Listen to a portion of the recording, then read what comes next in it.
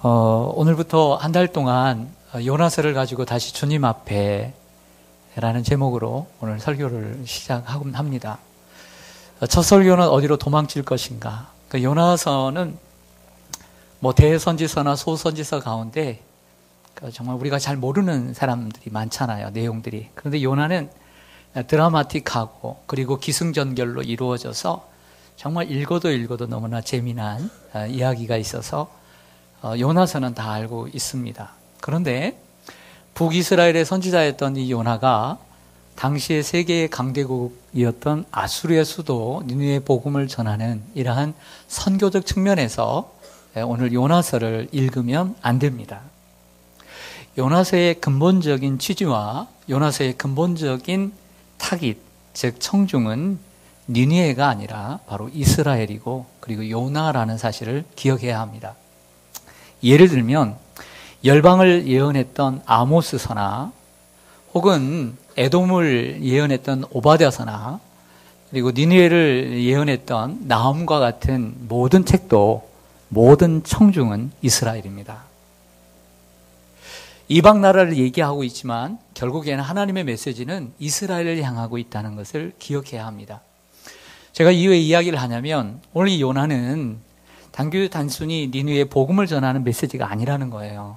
그러므로 이 살아있는 하나님 말씀은 오늘 이 시대도 바로 영적인 이스라엘인 교회와 그리고 성도들인 저와 여러분에게 주시는 살아있는 하나님의 말씀을 기억하시기를 바랍니다. 요나서 1장을 시작하면서 먼저 하나님께서 요나를 부르시는 장면이 나옵니다. 도망치기 전에 부름이 있어야 되겠죠. 뭔가 오다가 떨어져야 순종을 하든지 아니면 말든지 하잖아요. 그래서 먼저 하나님의 부르심이 있다는 거죠.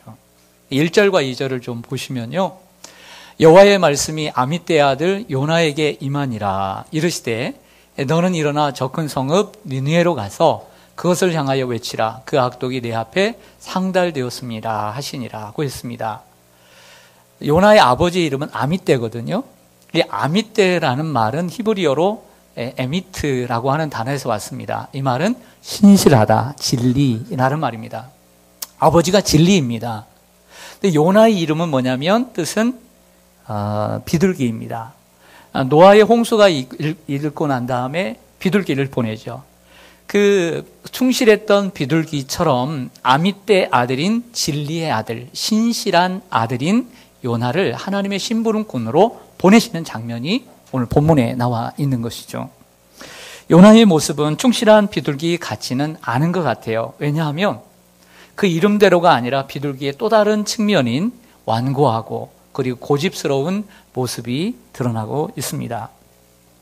이런 생각을 해보았습니다. 왜 하나님은 하필 요나 같은 사람을 부르셨을까? 정말 순종 잘하고 100% 순종하고 그리고 하나님의 명령에 순종할 줄 아는 정말 멋들어진 사람을 부르시면 얼마나 좋을까? 이런 생각을 해보았어요. 우리 인간의 생각으로는 가늠할 수는 없지만 분명한 것은 하나님 그 요나를 통해서도 일하셨다는 거죠. 할렐루야. 그래서 로마서에 이런 말씀이 있습니다. 로마서 11장 29절에 보면 바울이 이런 얘기를 해요. 로마교회 성도들에게 하나님의 은사와 부르심에는 후회하심이 없느니라. 하나님이 부르심에는 후회함이 없는 줄 믿습니다. 이 말은 무슨 얘기냐면 이 로마서 11장의 본문은 하나님께서 이스라엘을 선택하시고 부르셨어요. 이스라엘이 잘난 것도 아니고요. 이스라엘이 잘한 것도 아니에요. 하지만 하나님은 이 이스라엘을 만들어서 사용하시고 후회하지 않으셨다는 거예요. 마찬가지로 요나가 완벽하고 부족함이 없어서 하나님이 후회하지 않은 것이 아니라 하나님께서 그 요나를 만들어 가셨다는 거예요. 그리고 기필코 하나님이 그를 사용하셔서 하나님의 뜻과 계획대로 그 요나를 사용해 주심으로 후회함이 없는 삶이 되었다라고 하는 것이죠. 묻고 싶습니다. 하나님께서 요나를 부르신 것처럼 여러분도 하나님께서 부르셨다고 믿습니까? 다 부르신 것 같아요. 성가대는. 네. 다시 한번 묻겠습니다. 우리 4층도 하나님께서 여러분을 부르셨다고 믿습니까? 그러면 하나님이 여러분을 부르셨다면 후회하심이 없는 줄로 믿습니까? 네. 저는 분명해요. 정말 왜 이렇게 못난 사람을 부르셨을까? 약한 사람을 부르셨을까? 하지만 확실한 건 하나 있어요. 하나님은 후회하지 않을 것이다. 왜? 내가 잘나서가 아니라 하나님의 사랑과 하나님의 긍휼하심 때문에, 하나님의 기쁘신 경륜과 능력으로 인해서 하나님은 후회하지 않으실 것이다. 여러분들도 하나님이 후회하지 않는 부름이 될 줄로 믿습니다. 1장의 그래도 가장 큰 대목은 도망치는 요나입니다. 항상 도망치는 건 스릴이 있지 않아요? 인생을 살면서 한두 번씩 도망쳐 봤죠? 근데 직장에서 도망치고 싶을 때 있었죠? 그래도 좀 한번 해봤잖아요. 그렇죠?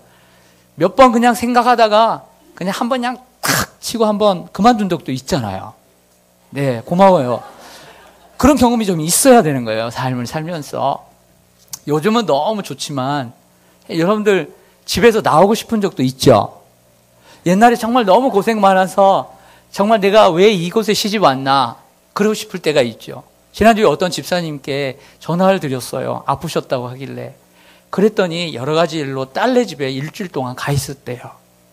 근데 자기가 이분은 정말 정확한 분이라 병원에서 약을 줬으니까 아침에 밥 먹고 약 먹고 점심에 밥 먹고 약 먹고 밥 먹고 약 먹고 해야 되잖아요.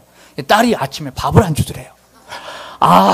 내가 애들 다 봐주고 밥을 줘야 되는데 그 밥 하나 안 줘가지고 자기가 다른 거 해 먹으면서 약을 먹었다는 거예요. 주말이 되니까 딸이 안 일어나더래요. 한낮에까지 자더래요. 근데 이 사이가 쉬는데요. 그 열심히 일하던 사이가요. 토요일 날 아침부터 일어나서 밥하고 설거지하고 청소하고 다 하더래요. 그래서 이 집사님이 하는 얘기가 우리 딸이 시집을 잘 갔대요. 야, 그것을 또 시집을 잘 간 걸로 또 표현을 하더라고요. 보니까 찔리는 분이 몇 분 계세요, 지금. 여러분, 요즘 정말 시대가 좋아졌습니다. 요즘처럼 좋은 시대에 도망치면 안 돼요. 너무 부끄러운 거예요. 옛날 우리 어머니들 생각해 보세요. 너무 도망치려고 하지 마세요. 너무 부끄럽지 않아요? 옛날 시대에 비해서 그래도 우리 어머니 도망 안 가고 살았는데 그까지 도망가려고 하면 안 되는 거예요. 여러분, 아멘이 크게 나오잖아요. 네, 여러분, 뭔 얘기를 하다 그랬죠? 네, 도망을 쳤습니다. 저도 도망쳐 본 적이 몇 번 있거든요. 그러나 절대 군대에서는 도망을 안 쳤습니다. 자, 3절을 보시죠. 근데 다짜고짜 없이 이유도 없이 이렇게 시작합니다. 그러나 분위기가 안 좋아요. 요나가 여호와의 얼굴을 피하려고 일어나 다시스로 도망하려 하여 욥바로 내려갔더니 마침 다시스로 가는 배를 만난지라. 여호와의 얼굴을 피하여 그들과 함께 다시스로 가려고 뱃삭을 주고 배에 올랐더라. 여호와의 얼굴을 피한다는 단어가 2번이나 나와요. 그의 마음속에는 이미 니느웨가 아닌 저 반대편인 서쪽인 다시스로 갈 마음이 있었던 것이죠. 그래서 그곳에서 저 이스라엘 북쪽이거든요. 그래서 내려왔더니 욥바라는 항구가 있는 거예요. 그리 내려옵니다. 그리고 더 내려가 니느웨로 가는 배를 마침 만나게 된 것이죠. 왜 다시스로 가는 배를 만나게 된 거죠? 왜 그랬을까요? 이유가 나와 있지 않습니다. 이를 위해서는 열왕기하 14장 25절의 말씀이 첨부되어야 합니다.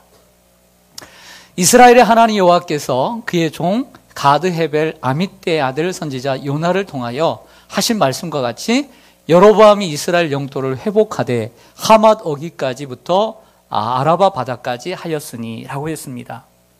요나서 말고 요나의 이름이 여러 번 신약에도 기록되지만 구약 성경에 기록된 본문은 여기입니다. 사람들이 어떻게 물고기 뱃속에 사람이 들어가서 3일 동안 있다가 살 수가 있어. 와, 이건 허구야 라고 얘기하지만 실제적으로 요나가 하나님의 사람이고 실제 인물이라는 증거가 오늘 나와 있다는 것이죠. 북이스라엘에 여로보암이라는 왕이 2명입니다. 초대 왕과 중간의 왕이 있는데 이 중간의 왕이 여기 여로보암이죠. 이 사람이 여로보암 2세라고 합니다. 19명의 왕 가운데 최고의 전성기를 구가했던 왕이 여로보암 2세입니다. 그 영토가 어마어마합니다. 하지만 세계의 강대국인 이 아수르, 니느웨를 수도로 두고 있는 아수르에 의해서는 아무것도 아닌 것이죠. 그리고 그 아수르는 이스라엘을 먹으려고 늘 호시탐탐 노리고 있었던 것입니다. 그게 적군인 거죠. 마치 우리에게 일본에 가서 복음을 전하라는 것과 같은 이러한 시대적인 상황이라고 볼 수가 있는 것입니다. 결국 하나님께서 하나님의 말씀에 순종하지 않는 근본적인 이유는 니느웨가 살면 결과적으로 자기가 죽기 때문인 거죠. 더 나아가서 근본적인 이유는 하나님께서 그 니느웨 사람들을 구원해 주시고 사랑해 주실 것을 요나는 알고 있었기 때문이에요. 얼마나 그의 마음이 편협한 것인가를 볼 수가 있습니다. 자신이 복음을 전해 니느웨가 회개하면 결국 자신의 조국인 이스라엘이 멸망할 것이라는 계산이 나왔던 것이죠. 결국 이러한 이유로 요나는 깊은 고민에 빠졌습니다. 그리고 욥바로 항구로 내려갑니다. 인천항공 같은, 인천 그 부두 같은 곳이죠. 요즘 얘기하면 인천 공항이죠. 그래서 배를 타는데 마침 반대로 다시스로 가는 배가 있는 거예요. 중요한 단어는 마침이라는 거죠. 마침. 사람들은 하나님을 피하려고 합니다. 어떻게 하나님을 좀 피할까? 어떻게 하면 교회를 좀 안 나올까? 어떻게 하면 이것을 안 할까? 근데 그냥 아무 말 없이 하면 내가 좀 나쁜 사람 되는 것 같으니까 사람들은 명분을 찾아요. 구실을 찾고 변명의 이유를 찾는 것이죠. 그게 바로 마침이라고 하는 것입니다. 마침 다시스로 가는 배를 만났습니다. 이미 그의 마음은 다시스로 가려고 기울어졌던 것 같아요. 왜냐하면 여호와의 얼굴을 피하려고 라고 하는 단어가 2번씩이나 기록되어 있지 않았습니까?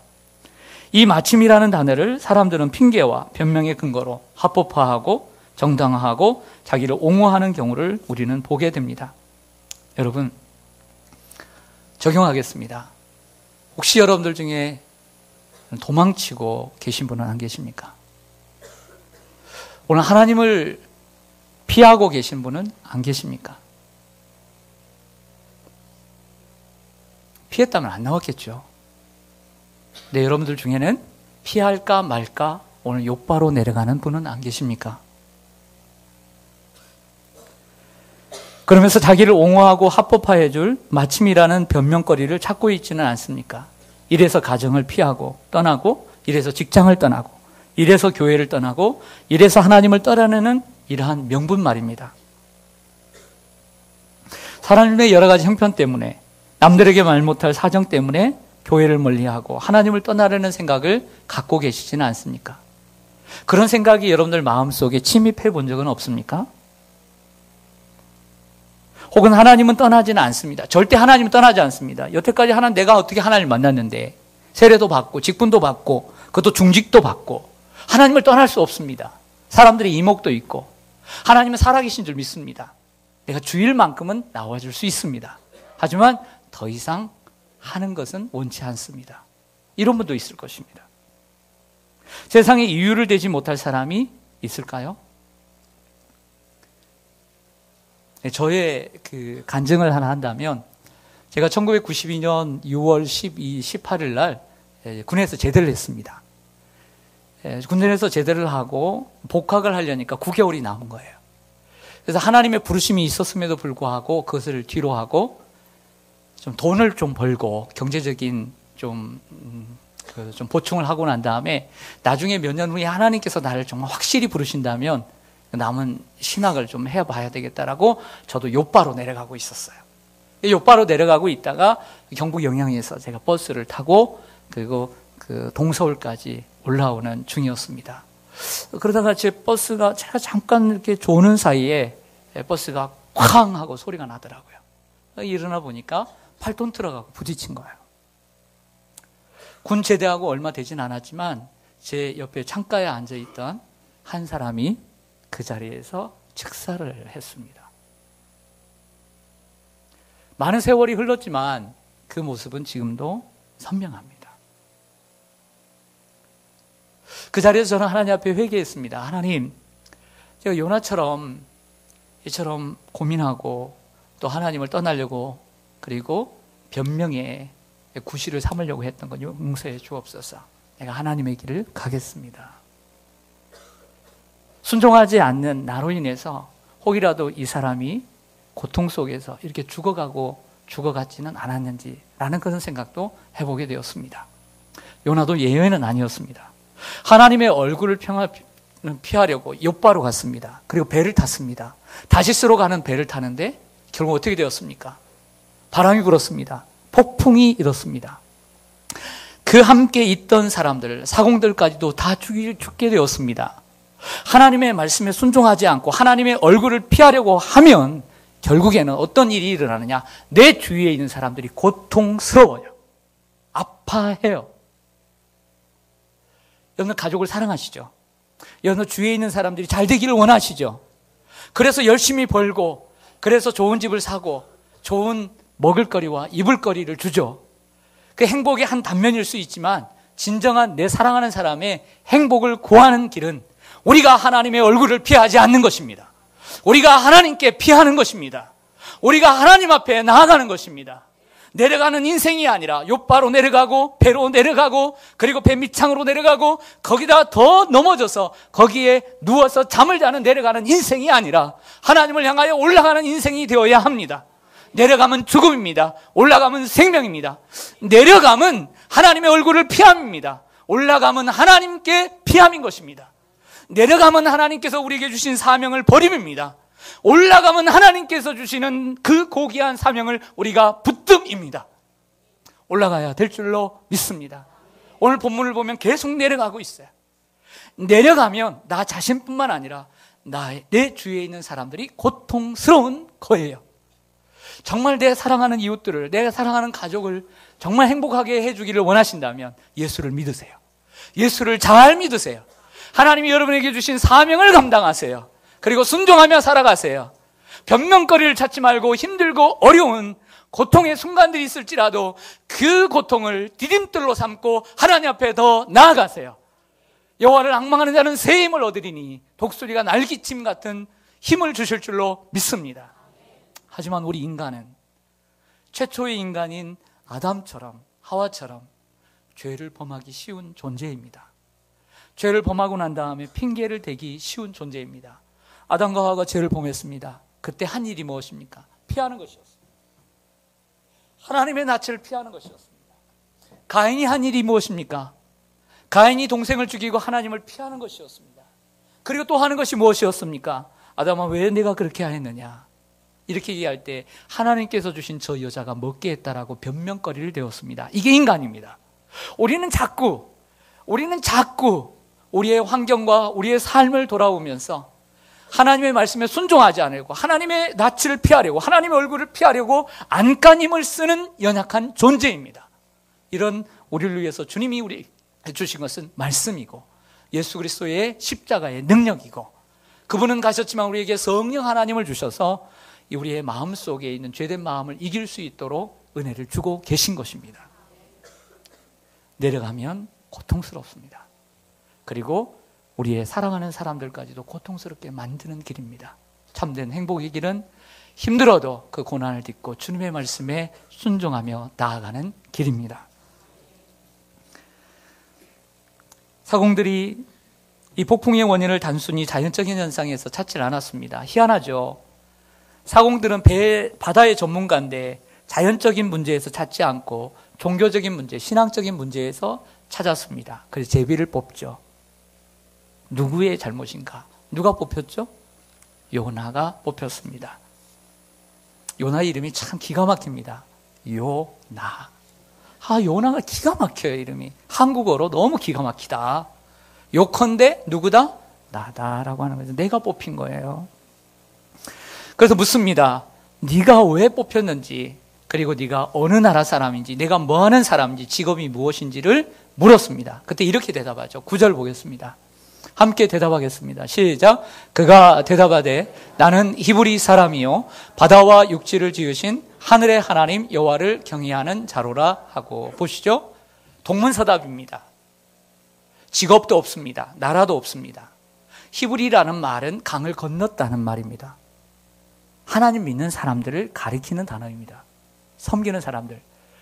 오늘 이 바다가 흔들리는 가운데 그는 이렇게 얘기합니다. 바다와 육지를 지으신 하늘의 하나님 여호와를 경외하는 사람이다 라고 얘기합니다. 입은 번지르합니다. 말은 번지르합니다. 입술은 살았습니다.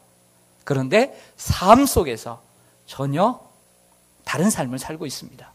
그것도 오늘 배 밑창에서 어디로 가야 될지 무엇을 해야 될지 모르는 하나님을 피하는 이 하나님의 사람이 하나님을 알지 못하는 사람 앞에 이러한 멋진 신앙 고백을 하는 것은 얼마나 창피하고 부끄러운 일입니까?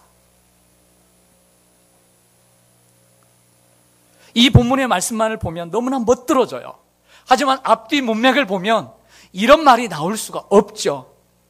정말 양심이 있다면 이런 얘기를 할 수 없음에도 불구하고 멋들어지게 신앙 고백을 하는 이 모습 속에는 참으로 우리 그리스도인의 부끄러움이 있다는 거죠. 결국에 오늘 이 요나서에는 풍자와 해악이 있습니다.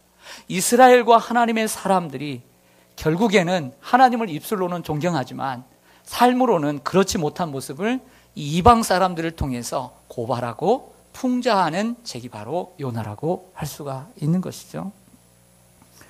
사람들에게 교회 집사요, 권사라고 말을 하고 다닙니다. 하나님을 경외하는 그리스도인이라고 우리가 말을 하고 다니죠. 하지만 실상 어려운 삶의 문제를 우리가 경험할 때 생사화복을 주관하시는 하나님을 믿고 의지하고 행동하는지 돌아봐야 합니다. 하나님을 믿지 않는 사람보다 못한 생각과 행동을 하고 살지는 않는지 말이죠. 요나처럼. 그래서 오늘 요나는 깊이 잠이 든 채 무엇을 해야 할지 모르는 형국에 있고 하나님을 알지 못하는 이들이 더 현명하게 행동하고 있다는 것이죠. 요나는 자기가 뽑혔기 때문에 바다에 던지라고 합니다. 아직까지도 덜 변화된 거죠. 진정 변화됐다면 그 자리에서 무릎을 꿇고 하나님 내가 잘못했습니다. 나 때문에 이런 사람 이렇게 고통을 받는데 그랬어야 되는지만 바다에 던져 내가 죽겠다라고 하는 것은 니네 가고 싶지 않겠다는 것이죠. 아직도 쌩쌩합니다. 이쯤 되면 요나를 들어 바다에 던질 수 있었지만 사공들은 요나의 목숨을 함부로 하지 않아요. 오늘 본문을 보면 그 한 사람의, 그가 죄인이지만 그 한 사람의 생명을 참으로 귀하게 여겨요. 그래서 노를 저어서 육지로 가려고 노력을 하지만 바람이 더 세게 불자 결국에는 어쩔 수 없이 요나를 바다에 던지자 바다가 잔잔해졌습니다. 교회는 성도들의 모임이죠. 에클레시아. 저와 여러분이 교회입니다. 또 하나님이 교회를 세우셨습니다. 피로, 예수님의 피로 값주고. 하나님이 교회를 세우신 이유는 사람들을 힘들게 하고 멸망으로 인도하려고 부르신 것이 아니죠. 그런데 오늘 본문은 교회와 성도가 세상을 힘들게 하고 멸망으로 인도하고 있다는 것이죠. 하나님께서 우리를 부르신 목적은 아브라함을 부르신 목적과 같다고 생각해요. 창세기 12장 2절 3절. 내가 너로 큰 민족을 이루고 내게 복을 주어 내 이름을 창대하게 하리니 따라하겠습니다. 너는 복이 될지라. 너를 축복하는 자에게는 내가 복을 내리고 너를 저주하는 자에게는 내가 저주하리니 따라서 하겠습니다. 땅의 모든 족속이 너로 말미암아 복을 얻을 것이라. 할렐루야. 하나님이 우리의 믿음의 조상인 아브라함을 부르신 것처럼 우리를 부르신 목적은 복이 되게 하고 우리로 인해서 모든 사람들이 복을 얻도록 우리를 부르신 줄 믿습니다. 그런데 왜 요나는 자기로 인해서 이런 삶을 살지 못하고 옆에 있는 사람들을 고통스럽게 할까요? 그래서 하나님의 말씀에 순종하지 못하고 도망치기 때문입니다. 어떻게 우리는 축복의 통로가 될 수 있을까요? 요나처럼 살아서는 안 되겠죠. 우리가 하나님의 얼굴을 피하지 않고 하나님의 얼굴을 구하고 변명하지 않고 하나님의 사명에 순종하며 나갈 때 축복의 통로가 될 줄로 믿습니다. 여러분, 실제적으로 우리의 삶은 그렇게 단순하지 않잖아요. 삶을 살다 보면 도망칠 수 있는, 피할 수 있는, 도망칠 수 있는 거리가 얼마나 많아요. 우리가 삶을 살다가 그만두고 싶은 변명거리가 얼마나 많아요.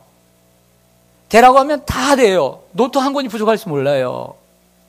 시온산교회, 모든 교회를 다니는데 시온산교회 싫어서 그만두고 싶은 거리를 적으라고 하면 없을 것 같아요? 네? 그렇게 좋아요? 아멘도 안 나와요? 시온산교회 다니다가 그만두고 싶은 거리가 없을까요? 막 얘기해 보세요. 우리 교회 말고 다른 교회는 더 거리가 많겠지만 왜 없겠어요? 교회를 다른 교회로 옮기고 싶고 하나님의 사명 그만두고 싶을 때 얼마나 많아요. 하지만 그렇게 하지 말아야죠. 그렇게 하는 길은 하나님이 원하시는 길이 아니니까. 그리고 그렇게 살아가는 길은 내가 축복의 통로가 되는 길이 아니니까. 진정한 축복의 통로는 그 고난을 이기고 나 자신을 이기고 가는 길이니까. 할렐루야. 이야기 하나 하고 마치겠습니다. 미국 동부에 가면 뭐 뉴욕이라든지 그쪽에 가보면 워싱턴이라든지 좋은 대학들이 참 많죠. 하버드 같은. 근데 서부에도 좋은 대학들이 있습니다. 서부는 늦게 이제 개발이 되면서 그 중에 하나가 이제 캘리포니아주에 있는 스탠포드 대학입니다. 미국 서부 개척 시대에 걸출한 인물로 이 철도 공사로 인해서 많은 돈을 벌게 된 릴랜드 스탠포드라고 하는 사람의 이야기를 듣게 되었습니다. 그에게는 외아들이 하나 있었습니다. 아들 하나입니다. 얼마나 귀하고 예쁘겠어요. 그런데 그가 어릴 때 수학 문제를 푸는데 천재라는 것을 발견해요. 더 예쁜 거예요. 더 귀한 거예요. 근데 그 사랑하는 아들이 16살의 나이에 사고로 죽게 됩니다. 이 아들의 죽음이 릴랜드 스탠포드에게는 얼마나 큰 아픔이었는지 몰라요. 절망이었는지 몰라요. 그 세상을 등지게 됩니다. 세상에 5년 동안이나 세상을 등지면서 결국에는 우울증까지 걸리게 됩니다. 세상에 아무 소용이 없다라고 생각을 하고 세상을 등지고 살아갑니다. 그러나 하나님은 은혜를 주셨어요. 생각의 변화를 주셨어요. 내 아들만이 아들이 아니라 이 땅의 모든 자녀들이 내 자녀일 수 있다 하고 학생들을 위한 학교를 세우게 됩니다. 자신의 돈을 다 내어서.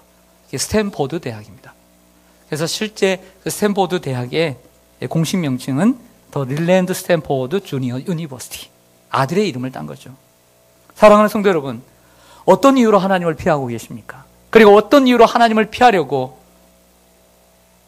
생각을 하고 계십니까? 어떤 이유로 세상을 등지고 계십니까?